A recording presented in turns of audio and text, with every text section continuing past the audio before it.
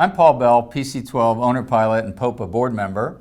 I'm here with Rod Kellogg, pro pilot and flight instructor in the PC-12, and we're at FlightSafety in Dallas-Fort Worth.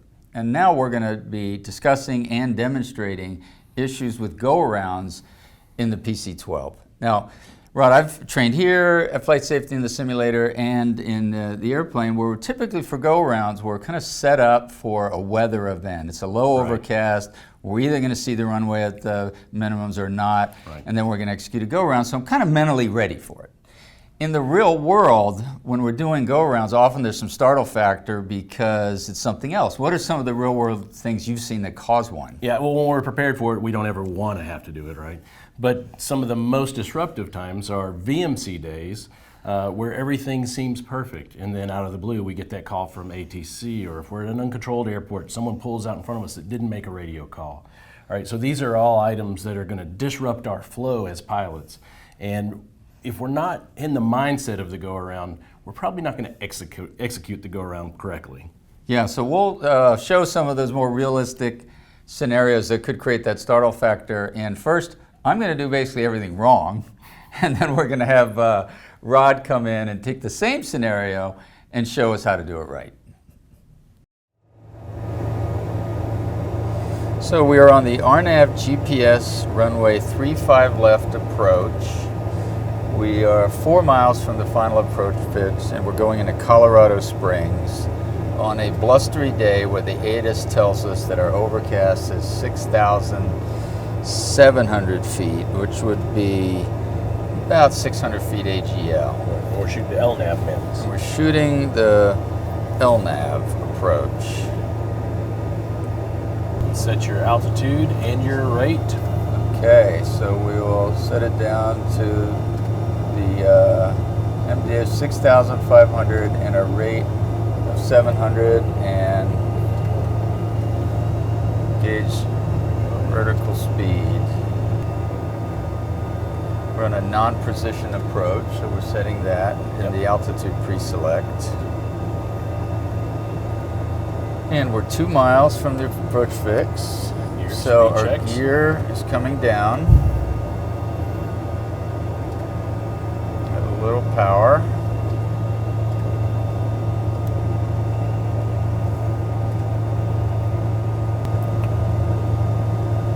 And then 1 mile from the approach fix, we're bringing our 15 degrees of flaps. Get the torque up a little bit. Approach is not active. So okay. And at QSAC, we're going to start down. Guides will use procedure for approach. Okay. All right, crossing QSAC. Okay, and now we are. Got to set our descent now. Got to pull it out, set it, and then hit engage. And now push it back in. There you go. Now we're descending, so pull the power back a little more. Don't get too fast here. We're descending. Being in a PC-12 Legacy, we're going to disconnect the autopilot at 1,000 feet AGL. Coming down at 700 feet a minute. The ATIS says we'll break out at 6,700 feet MSL. This is the field elevation. 1,000 feet to go, descending out of 7,500 for 6,500. Okay, it's 7,100. We're gonna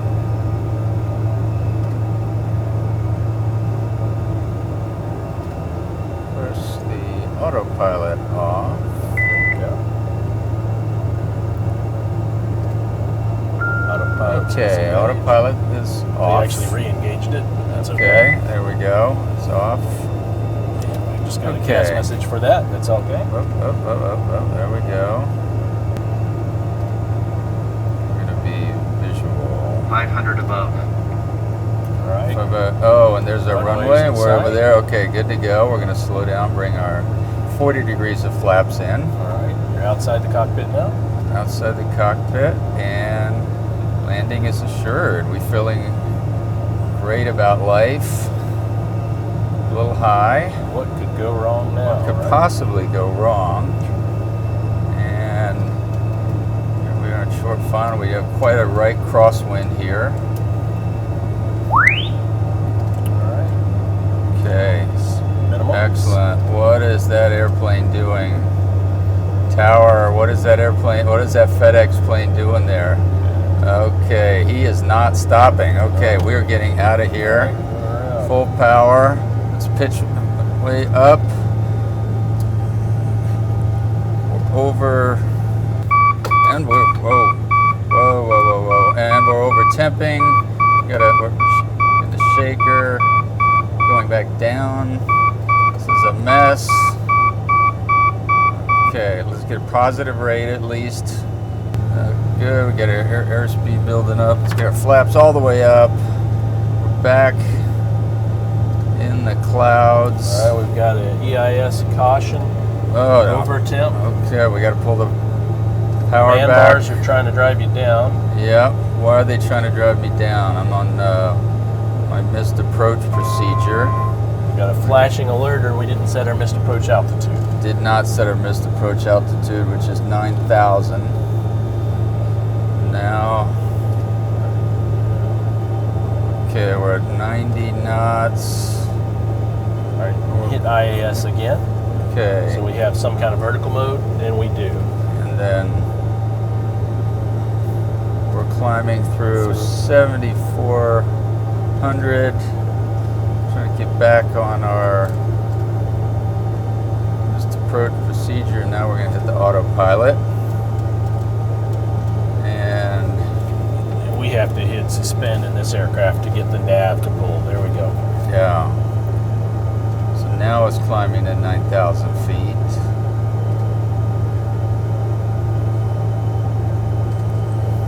All right, it's happy again, but we had a lot going on. We had a lot going on. Was not expecting that FedEx plane to No. go out on the runway. Thankfully, we're not in an NG, so it doesn't say engine exceedance, but we did have an exceedance on our Yeah, ITT. that's right. All right, wow. So what are some of your takeaways, Paul, from what we just experienced? Well, my first thing is great appreciation and sympathy for you pro pilots who go back and forth between legacies and NGs and the fleet, much less lots of different types of airplane. I've never been in a legacy airplane before, so it's completely disorienting, all that. But down to the classics we were trying to demonstrate here, I did just about everything wrong on that. So let's talk about, first of all, once we broke out, I was in the mindset of my landing assured. Right. I saw my runway, it was beautifully clear, a little bit of a crosswind, but nothing much, and I'm feeling great. And then the FedEx plane starts to come on the runway, and we've got the startle factor. And then the next problem was compounding my problem by going, aggressively full forward on the PCL, which ended up over-temping the engine. Right. And then aggressively pitching up on pitching the airplane up and climbing out at such a rate.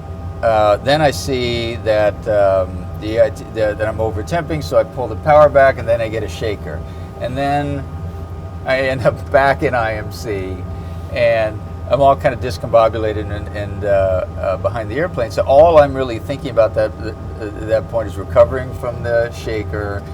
I'm so close to the ground still, that takes over everything.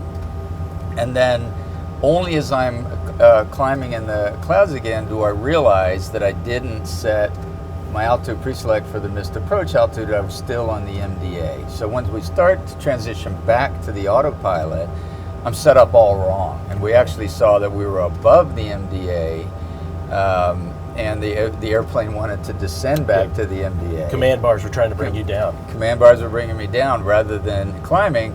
And because of all this distraction and confusion, and especially the startle factor of the shaker, I didn't get the gear or the flaps up either. So by the time we start to pitch up again, and I've eased off on the power, then we get another shaker. And so it was just like all compounding. At any point in that process, you could see things really getting critical. Right. And we were able to kind of stabilize it and get back on the missed approach procedure, but there was a lot of very vulnerable moments there. Yeah, a lot to unpack on that missed approach for sure. You know, in a situation like that where we've, likely on the backside of a trip that may have been going on for a couple hours, we're shooting approach in the weather, in the mountainous terrain, we got the airfield in sight, and dadblummit, that guy's going to pull out in front of us. We've got a reaction that's going to affect our action just because we're agitated.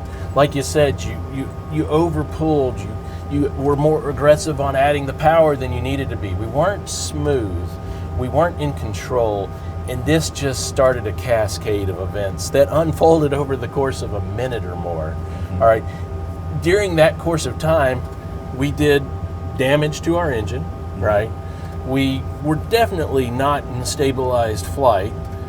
We were on the edge of safety and on the edge of uncontrollability.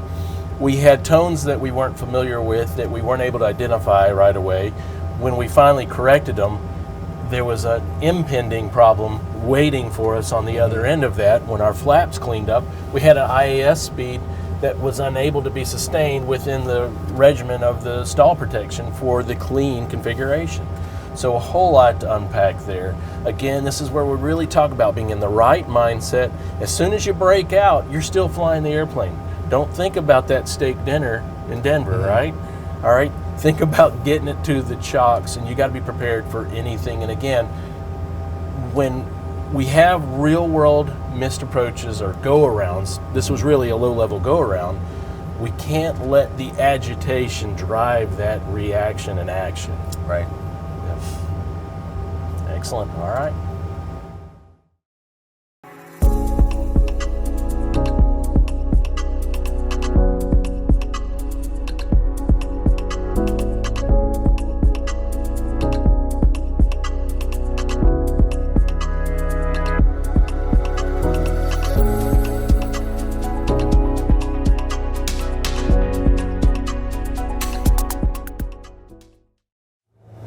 Okay, we are 3 miles out from Coosac here. We're crossing the final approach fix at 8,100. That is selected. Autopilot's on, naving, and on altitude. All right. And on our approach checklist, we got altimeters set. Ice protection systems are appropriate. Landing gear, crossing 2 miles. Speed checks gear coming down. Got 1, 2.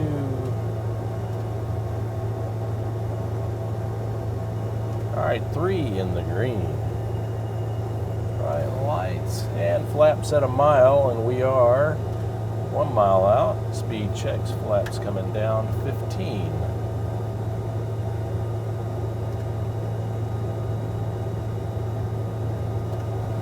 All right, our crossing altitude is going to be 6440. 6,900 in there. And we're 0.3 out. And you get 700 foot per minute engaged. So we've got vertical speed armed at 700 foot per minute down to 6,500.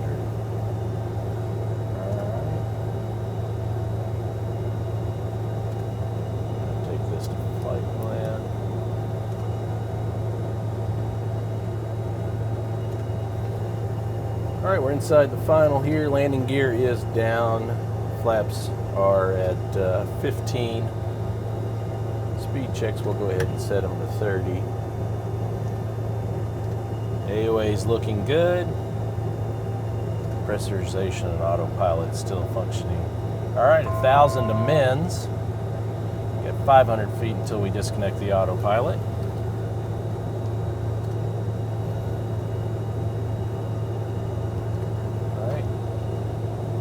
Autopilot's away.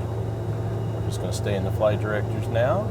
Got the CAS, so it is appropriate as we have disconnected. We're still in nav and vertical speed at 700 foot per minute. A little correction here. Speed's looking good. 100. All right. 2.5 miles out. Should be breaking up here momentarily. 200 for mins. 500 above. There we go. All right. do have the field in sight. Switching outside. All right, now this is important. We're going to load our missed approach altitude now that we have the field in sight.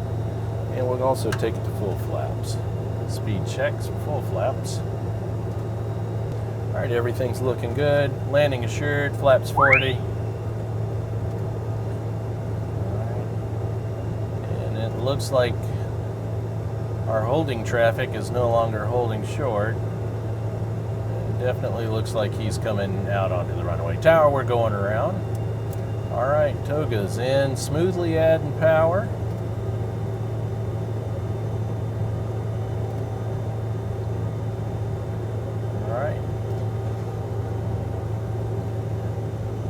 Power is set. We're going to come out of the flaps 40. We've got usable runway here.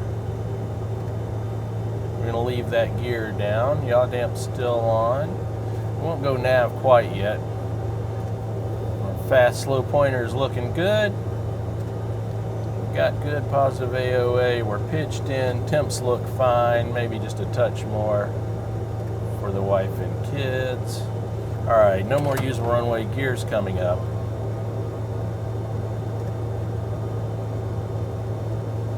All right, we're gonna go nav now. And here comes the autopilot. And the rest of the flaps are away. Oh, we gotta hit suspend to get that turn coming. All right, there's the turn started. All right, we're gonna decrease that pitch so that our AOA gets back in check. We're a little on the slow side here. Our temps, torque look fine.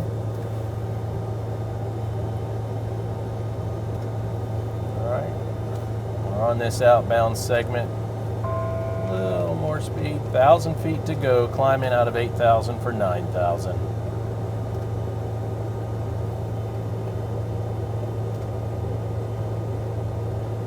And again, a vertical speed of over 1,000, and we're inside of 1,000, so we can decrease that rate by increasing our speed here, and that's going to get our AOA happier. And we'll match up our heading bug for good practice. 300 to go. AOA's looking good. It's going to start leveling here. We're in captured, altitude captured.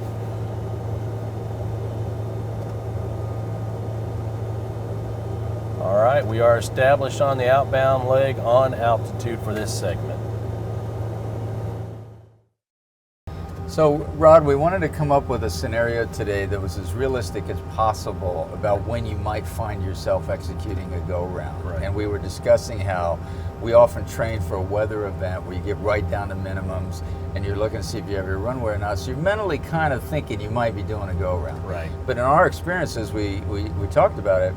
I've been waved around by the tower because they didn't get the spacing right. I've had to go around because a plane did come on the runway, like this scenario. And in those cases, I had my runway, had my full flaps. I was certain I was going to be landing. Right. And so we wanted to replicate that kind of startle factor, and adrenaline kicks in because you're not at all expecting it. Maybe you're mentally behind the airplane, that scenario. So we demonstrated doing everything wrong Right. and doing everything right.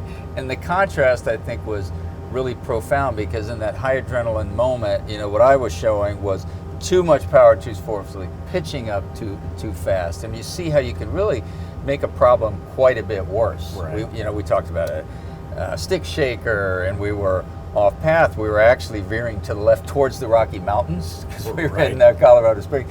All kinds of things were going wrong. So I think it kind of brought out some of the key lessons as the instructor that you were trying to kind of reinforce. So maybe talk us through what you always want your students to understand is the first principles. Sure. Well, again, stabilization is key.